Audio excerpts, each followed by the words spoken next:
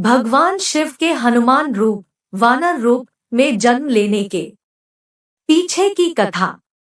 जय श्री राम। हनुमान जी प्रभु श्री राम के परम भक्त हैं, मगर शायद ही कोई इस बात से परिचित हो कि हनुमान जी शिव जी का ही एक अवतार है।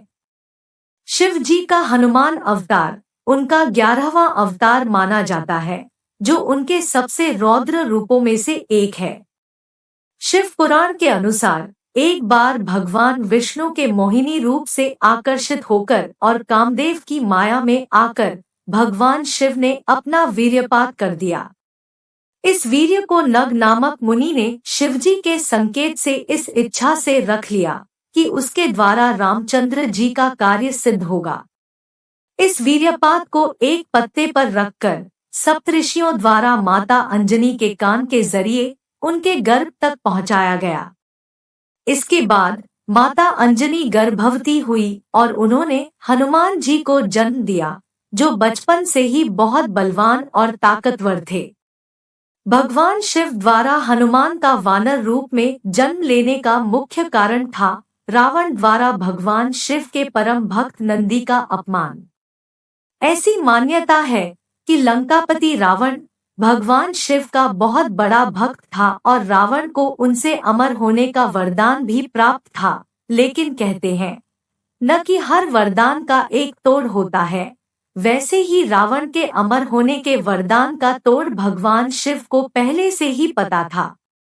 एक समय की बात है जब रावण ने भगवान शिव की पूर्ण रूप से भक्ति करने के बाद सोचा कि महादेव को उसके साथ लंका में ही रहना चाहिए। महादेव की सेवा का भाव मन में लेकर वह महादेव से मिलने गया। कैलाश के द्वार पर नंदी को देख रावण ने महादेव के साथ नंदी को भी लंका ले जाने का सोचा।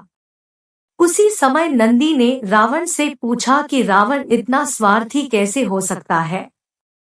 यदि रावण भगवान शिव को अपने साथ ले जाएगा तो माता पार्वती और भगवान शिव के भक्त उनके बिना कैसे रहेंगे। नंदी की बातें सुनकर रावण को उस पर अत्यधिक क्रोध आ गया।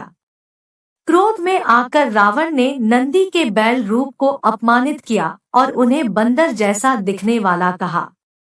बस फिर क्या था, रावण द्वारा अपना अपमान सुन नंदी अपने आपे से बाहर हो गए और उन्होंने रावण को श्राप दे दिया कि रावण का साम्राज्य जल्द ही अस्तव्यस्त हो जाएगा और ऐसा करने वाला और कोई नहीं बल्कि एक वानर यानी एक बंदर होगा। इतना ही नहीं, नंदी के श्राप के अनुसार रावण की मृत्यु का कारण भी एक वानर ही था।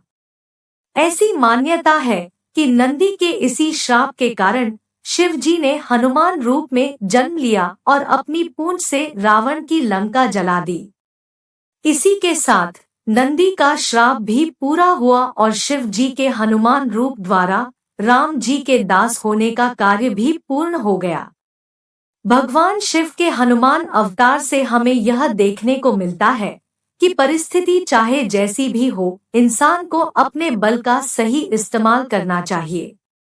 जिस तरह हनुमान जी ने ईश्वर का अवतार होते हुए भी एक सेवक बनकर अपनी प्रतिष्ठा पर आंच नहीं आने दी, उसी तरह इंसान को सदैव बड़े पद का लालच त्याग कर सादगी के साथ जीवन जीना चाहिए और हमेशा अपनी प्रतिष्ठा बनाए रखनी चाहिए।